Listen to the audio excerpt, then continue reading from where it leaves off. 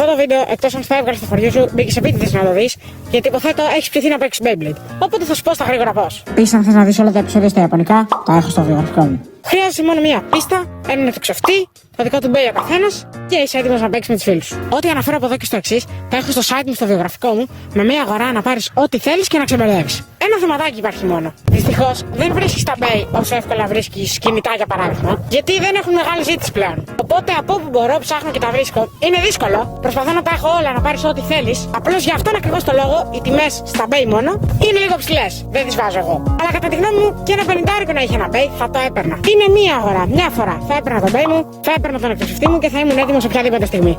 Μία αγορά είναι, αξίζει. Είπαμε, δεν θα κάνουμε και συλλογή από Bey. Απλά πάρε ένα Bey, κάτω δικό σου και είσαι έτοιμος Blader. Λοιπόν, πρώτο θες πίστα. Εναλλακτικές υπάρχουν, π.χ. ένα ταψί ή καπάκι από κασαρόλα κλπ.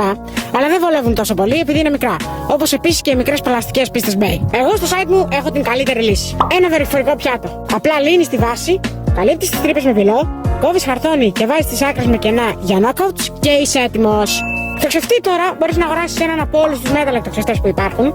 Εγώ τους έχω στο site μου. Επειδή όμως οι περισσότεροι είναι αδύναμοι, για μένα η καλύτερη επιλογή είναι να πάρεις έναν από τα Burst Beyblade και να λύσεις απλά τον μπροστά, να πάρεις και έναν φθηνό metal εκτοξευτή και να λύσεις το δικό του μπροστά κομμάτι και να το βάλεις στον Best. Και να βάλεις και λίγο λόγκο στα δοντάκια για να σκληρύνουν. Ό,τι θέλεις κάνε, απλά είναι για μένα η καλύτερη επιλογή. Είναι πολύ δυνατό.